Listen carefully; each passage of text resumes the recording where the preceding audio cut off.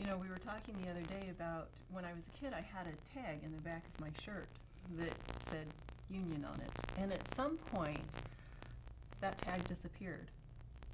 What happened?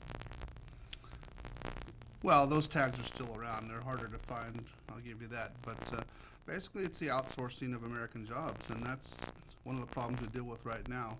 We want to buy American, shop American, but it's hard to do when these companies, big corporations, are taking their business overseas to save a buck. What's the union's position on outsourcing? Well, we're not in favor of it at all. I mean, obviously, we want to keep our families working, our men and women of the labor force working.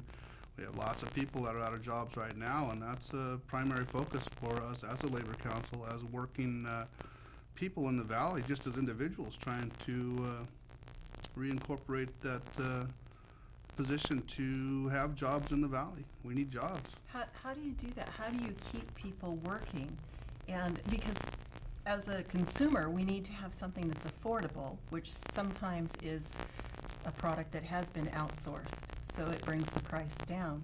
But as an employee of the community, you know, somebody who works within the community, I need to make enough money so that I can afford those things that I would like to buy. So how do you, as the union, how do you keep those people employed while still having people buy American and still have it affordable for the American people? Well, you've said quite a bit right there. Yeah. Let's start with one. How do you keep the people employed? How does the union help that? First, I think the general idea is to buy American, shop American. That in itself keeps people employed because it puts money back into the tax base, into the local communities, and that sustains itself.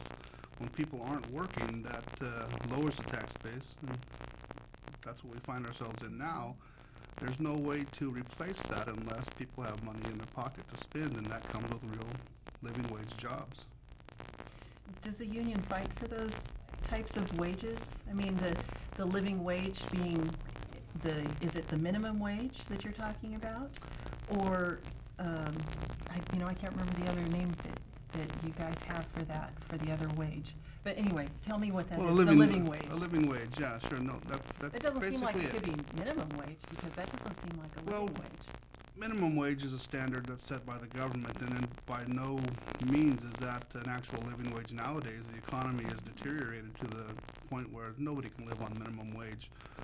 That's the reason we have so many people on government programs, and it's a vicious circle that we're trying to get out of. We need to have living wage jobs, if you will, jobs that provide enough money where a family can sustain themselves, where they have benefits, medical benefits. It's what drives the economy. It's what keeps us strong in America. And how do you get that? I mean, do you go to the table with an employer and say, this is what we need for the employees who work here? Does the union do that, or do the employees? Well, in the best case scenario, I mean, if it was a perfect world, we wouldn't need unions. Obviously, it's not a perfect world. And so we do negotiate for better benefits, for better pay. That's how we came about with an 8-hour workday and overtime pay, and got away from child labor back in the early 1900s by standing together as a united force and demanding that there be some rights, some standards that we adhere to for labor.